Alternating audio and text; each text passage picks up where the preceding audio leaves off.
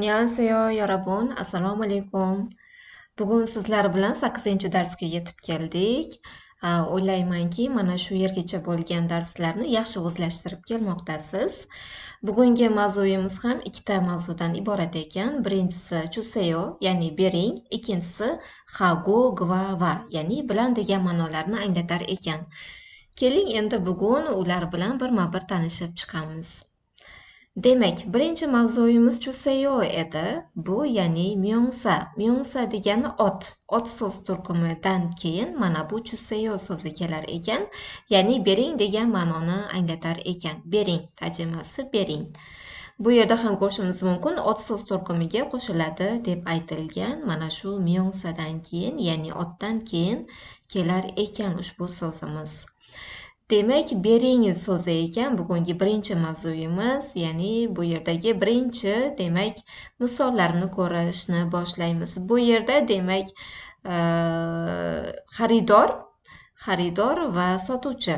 Xaridor sotuvchiga nima demoqda? Misolni o'qib ko'ramiz. Talgi keyki xana chuseyo.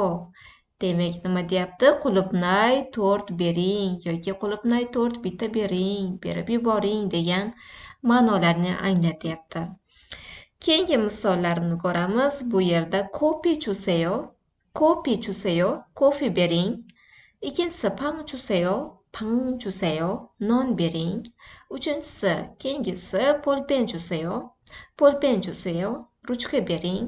Agar siz biror bir kimdan ruchka so'ramoqchi bo'lsangiz, polpen chuseyo deb aytishingiz mumkin ekan. Keyingi nimamiz, agar gapimizda cho'mdan foydalansak, gapimizni yanada yumshoqroq qiladi ekan. Demak, chuseyodan avval biz cho'mdan foydalansak, gapimizni yana ham yumshoqroq qilar ekan. Ya'ni qarshimizdagi suhbatdoshga nisbatan biz juda ham uni hurmatlab yoki gapimizga yana ham ohang bilan yumshoqlikni berar ekan. Bu yerdan misollarni ko'ramiz. Mul cho'm chuseyo, suv berib yuboring. Ya'ni gapimiz yana ham yumshadi. Bering emasda, berib yuboring deb aytyapmiz. Bu yerda sagva cho'm chuseyo, olma berib yuboring. Sagva cho'm chuseyo, olma berib yuboring. Yoki do'konga kirdingiz, yoki kitobni nimadir sotib olmoqchi bo'lsangiz ham, chek cho'm chuseyo, kitob berib yuboring deb aytishingiz ham mumkin ekan. Demak, chuseyodan avval mana bu cho'mdan foydalansak, gapimizni yanada yumshoqroq qilar ekan. Keyingi mavzuyimiz bu yerda hago. Ikkinchi mavzuga keldik. Bu hago, myongsa tarjimasi bilan. Ya'ni ot kelar ekan, myongsa ot. Otdan keyin hago kelar ekan, keyin yana ot kelar ekan. Demak, ikkita otni bir-biriga bog'laydigan qo'shimcha ekan. Bu tarjimasi esa bilan degan ma'noni anglatar ekan. Bu yerda dialog ketyapti, yigit va qiz suhbati ketyapti. Birma-bir misollarni ko'rishni boshlaymiz. Birinchi misolimiz polpen hago chiuge ga issoyo, ne issoyo deb aytmoqda. Nima deyapti? Ruchka bilan o'chirg'ich bormi? Yigit so'rayapti. Qiz esa ha, bor deb javob bermoqda. Demak, bu yerda polpen hago chiuge. Ya'ni bu myongsa, polpen myongsa, chiuge bu ham myongsa. Demak, ikkita otni o'rtasida kelyapti. Mana shu qolipga tushmoqda. Shundaymi? Xuddi shunday ikkita otni bir-biriga bog'laydigan qo'shimcha.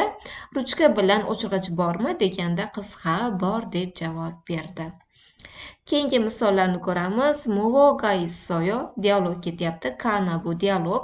Muvoga issoyo, keiki hago jusuga issoyo. Demak, nima bor dedi? Tort bilan sharbat bor deb aytyapti.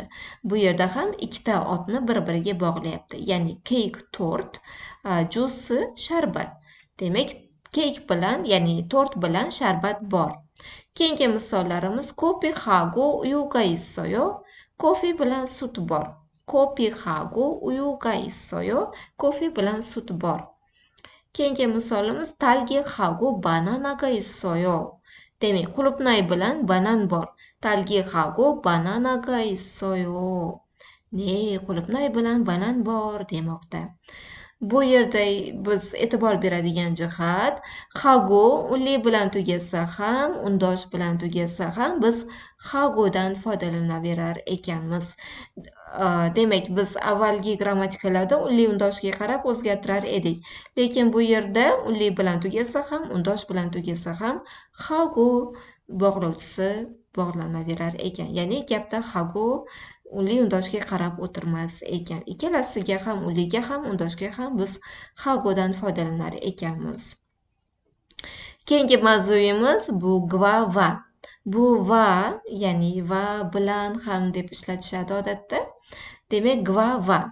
Buni ko'ramiz, va deb tarjima qilib oldik. Gva bo'lsa, undosh bilan tugasa gva, unli bilan tugasa va. Yuqorida biz aytgandik, hago unli bilan undosh bilan tugasa ham hago ishlatiladi deb aytgan edik. Lekin bu vada gva undosh bilan tugasa va unli bilan tugasa ekan. Keling misollarni ko'ramiz. Kofi va uyuka issoyo. Demak, kofi va sut bor. Bu yerda hago bilan ishlatishib, foydalanib almashtirishingiz ham mumkin. Demak, vadan bu yerda foydalanyapmiz. I bilan tugagani uchun biz vadan foydalandik. Kofi va uyuga issoyo. Kofi va sut bor. Keyingisi chek va ko'ngchegi issoyo. Demak, kitob bilan yoki kitob va daftar bor deb aytishimiz mumkin. Demak, kitob va daftar bor, ya'ni undosh bilan tugagani uchun biz gvadan foydalandik.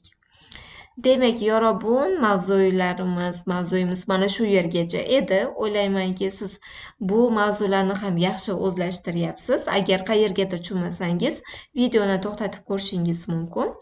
Demak, bu mavzuga oid bo'lgan uyga vazifa lug'at. Eng avvalo biz lug'atlarni yodlashimiz kerak. Agar biz lug'atlarni yodlay olmasak, biz gaplar tuza olmaymiz, so'zlar tarjima qila olmaymiz.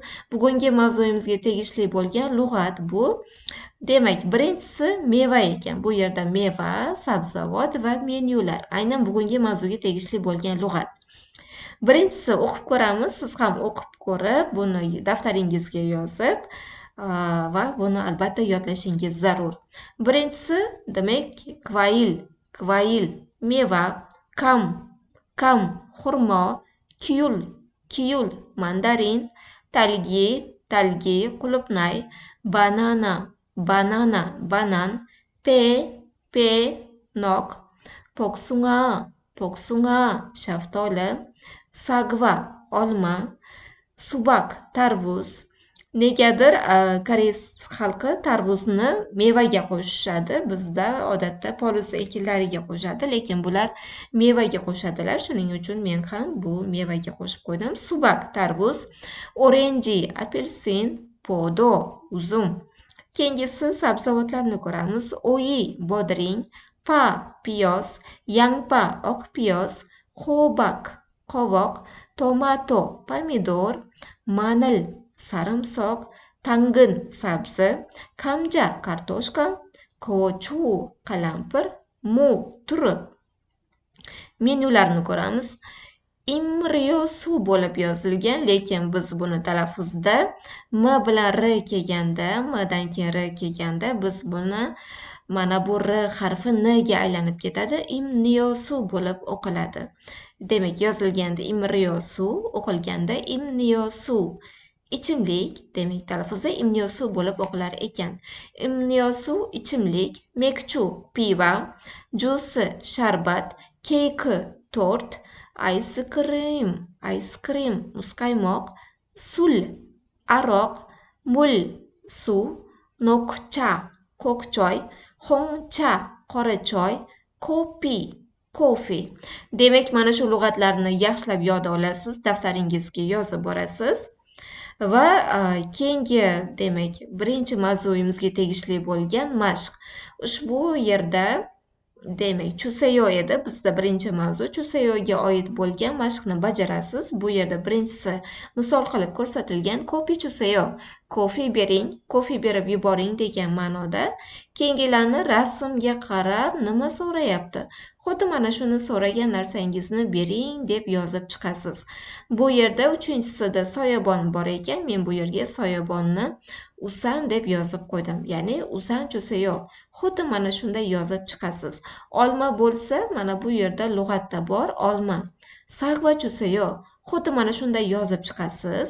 Bu ikkinchi mavzuga oid bo'lgan, demak, birinchi mavzuga oid bo'lgan ikkinchi topshiriq. Demak, uchinchisi hago. Hagoga biz o'tdik. Bu yerga hagoni bog'lab, ikkita mana bu otni bir-biriga bog'lab so'zlarni yozasiz. Birinchisida misol qilib qo'yibdi. Kaban hago chek. Sumka bilan kitob. Keyingisida qalamdon bilan ruchka. Xuddi mana shunday yozib chiqasiz. Olma bilan qulupnay, sut bilan non, sendvich bilan kofe. Mana shunday bilanni bog'lab, ikkita otni o'rtasida keladigan bog'lovchi hagoni bog'lab qo'yib yozib chiqasiz. Demak, bu keyingi mavzuyimizga oid mashq edi. Demak, hozir sizlarga bo'layotgan mashqlar 3 ta ekan. Birinchi mavzu, demak, birinchi topshiriq uyga vazifa, demak, lug'at yodlash.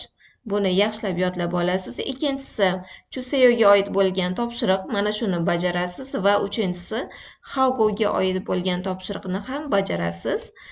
Va agar qayergadir tushunmasangiz, videoni qayta ko'rishingiz mumkin.